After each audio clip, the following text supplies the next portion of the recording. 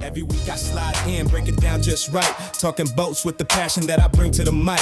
From the big time plays to the moments we grind. You know I'm keeping it honest, that real talk every time. I've been watching this team since way back then, and now I'm riding with my people through the losses and wins. When you pull up to the show, you know what you gon' get. 4630 in the building, Chargers fan represent. Chargers talk 4630, yeah, we break it down clean. Real fans, real talk, everything in between. From the field to the fans, every moment we see. Turn it up, tune in, it's the place to be. Chargers talk, Chargers talk, Chargers talk, Chargers talk, Chargers talk. Yeah, let's ride. Chargers talk, Chargers talk. Check out Stacy on YouTube and wherever you get your podcasts. And also don't forget about BoCap immediately following each Chargers game. This episode of Chargers Talk 4630 is brought to you by Zevo Life, the exclusive patented superfood changing the way people fuel their bodies. Now listen, if you're looking for a game-changing way to improve your health, Zevo Life is the world's most nutrient-dense whole plant. We're talking over 50% plant protein, essential amino acids, fiber, and powerful antioxidants, all in one natural source.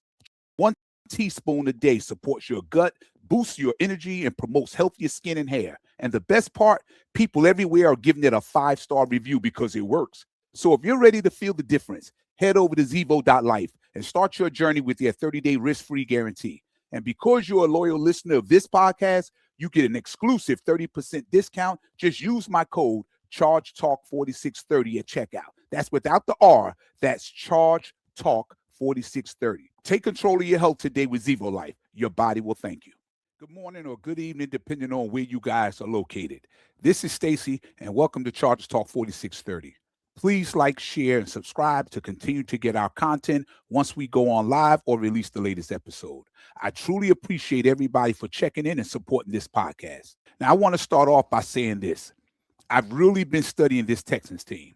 I'm actually a little tired, just being honest, because it's been a busy week since last Sunday, but I was still up late last night for about 3 hours watching this Texans team on NFL All Access, and I went back and forth watching highlights from about 8 of their games this season. And I was really trying to see if there were any openings, any weaknesses, anywhere the Chargers offense could attack this defense. If the Chargers are going to win this game, it's not going to be easy, and I think we all know that. And honestly, I wish I could show you exactly what I'm seeing on the film. In the past, I used to do that. I put the clips up and draw on the screen and break down schemes and formations so you could see the visual the same way that I do. But I can't do that anymore. I've been flagged by YouTube and by the NFL, and I found out that unless you have written authorization from the league, you legally cannot use NFL films on your podcast. Now, YouTube did send me information on how to do it the right way, reaching out to the NFL, filling out forms, and purchasing the rights to use their content. But the cheapest option was around $2,500. And right now, my podcast is not monetized. And I want to be clear about something. I'm a retired guy on a fixed income, and I've been doing this podcast for a little over 3 years now, strictly because I enjoy it. I get real satisfaction and real joy from talking Chargers football and conversing with fans from all over the world about the team we love and the only team I've ever had. That's always been the reason, the love of it, the fun of it, right? And as I got deeper into it, though, I wanted to do more. I wanted to break things down at a higher level. And sometimes just telling people what you see in your head isn't enough. They need to see the visual. That's why I used the film. If you go back into my old archives, you'll notice certain parts have been clipped or cut out. And here's the crazy part. Some of the music I used back then was actually provided by YouTube, which is supposed to have copyright protections in place for content creators. But as the podcast started to grow and get more attention, the rights holders assumed I might be making money off of it. I wasn't. The podcast is not monetized, but they still issue claims, and I had to fill out forms and submit documents to prove I wasn't making any money from it. Now, once that was established, the flags were removed, but I had to agree that YouTube could go into my archives and erase any music or any NFL film that I didn't have authorization to use. That's why you'll hear moments in some older episodes where there's no sound, or you'll notice obvious jumps from one segment to another. I was never doing it to make money. I was doing it because I love doing it. Simple. But once the NFL flagged me for that content using the films and music, I had to stop completely. So now I do everything the right way. No shortcuts, no risk. I'm also a music producer. So now I make my own music for the podcast. But here's the reality. If I want this podcast to be one of the best Chargers podcasts out there, and I do, where you can come here and say, I learned something every time I watch this podcast. It takes resources. It's more to it than just getting in front of a camera and a mic. There's equipment costs, cameras, mics, programs to broadcast your show online, speakers, computers, programs to do edits. And usually the podcasters have a team of people or staff that help with writing material, what topics to discuss, editing or producing your content before it goes up online. There's so much work that goes into this. I do it all by myself. So like everything else, it costs money. And right now, the podcast isn't monetized. Now, one thing that really stood out to me when I looked at my YouTube analytics is that about 46% of the people who engage and comment on this podcast are not even subscribed. And I love the engagement, don't get me wrong. I appreciate every single one of you. But subscriptions are what help a channel grow and eventually get monetized so that you can improve in every phase of your podcast productions, right? Now, I'm not begging for money. I definitely don't want it to sound that way. I'm not asking for donations. I'm just asking for one simple thing.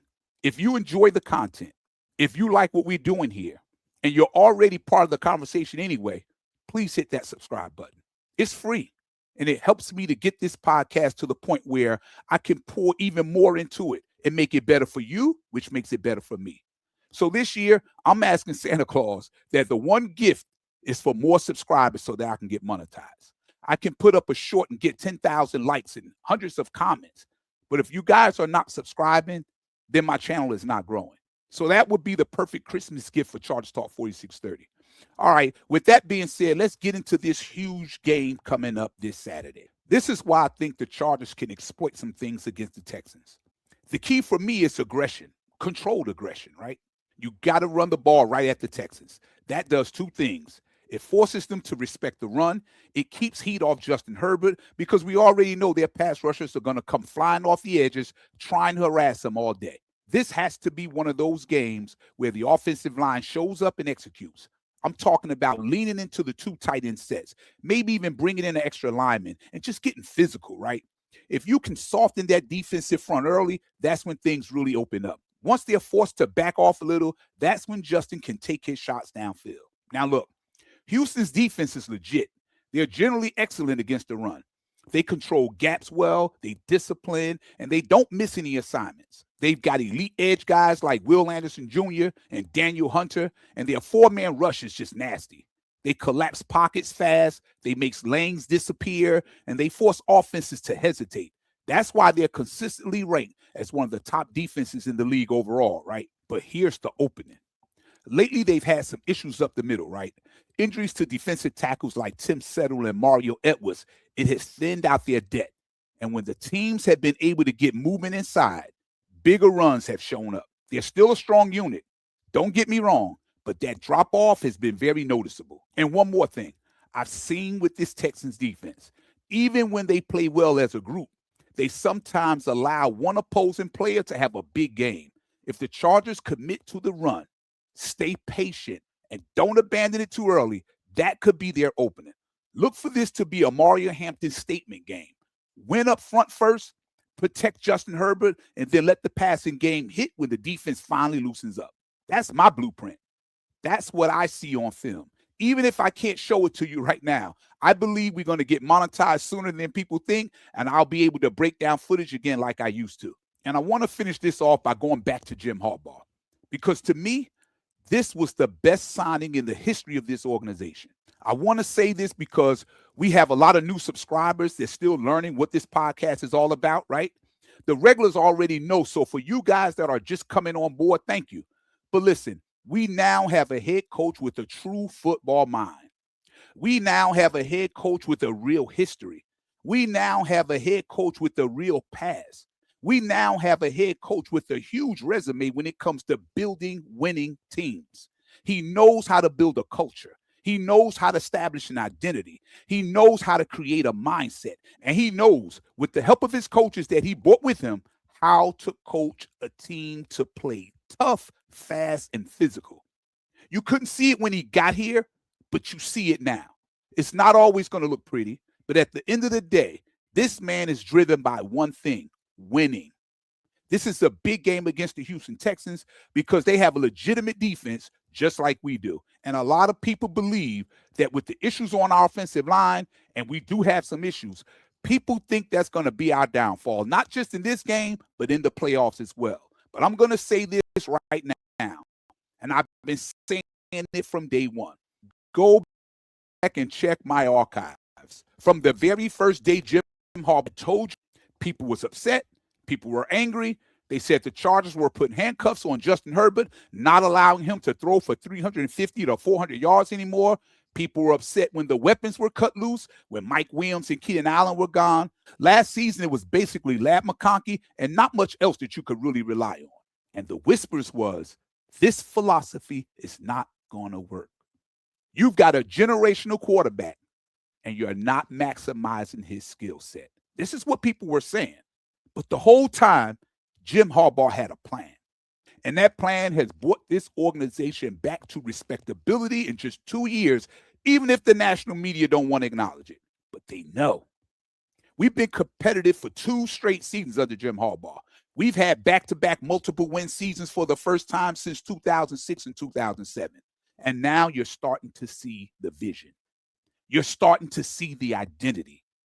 You're starting to see how this team plays. This is a physical football team. This is a tough, gritty football team. This team is molded in the philosophy of Jim Harbaugh. And now, going into this game against the Texans, it's no longer about if or I hope. We don't have to think like that anymore. We know. You are seeing the impact of Jim Harbaugh in full effect. You're seeing the aura of Jim Harbaugh, and you're going to see it again on Saturday. You're going to see why this man is as good as anybody in this business when it comes to winning, because that's all he knows. He's driven by passion. He's driven by determination, and he's driven by one goal, and that's just to win. And as Charger fans, we should be excited because we finally have the right man leading this organization. Let's get ready to rumble, Charger fans. We are on a cusp of doing something great, and I can't wait. As always, thank you guys for listening. Thank you for commenting. And thank you for being a part of the Chargers Talk 4630 community. If you haven't already, please hit that subscribe button. Please hit that subscribe button. Please hit that subscribe button. It really does help more than you know. I hope you all have a very Merry Christmas. Happy holidays to you and your family. I wish you nothing but the best and pray that everybody is safe. I'll catch y'all before the week is out. And remember, be safe, be well, be good, enjoy your holidays, and boat up. All love, all football, yeah, we keep it smooth.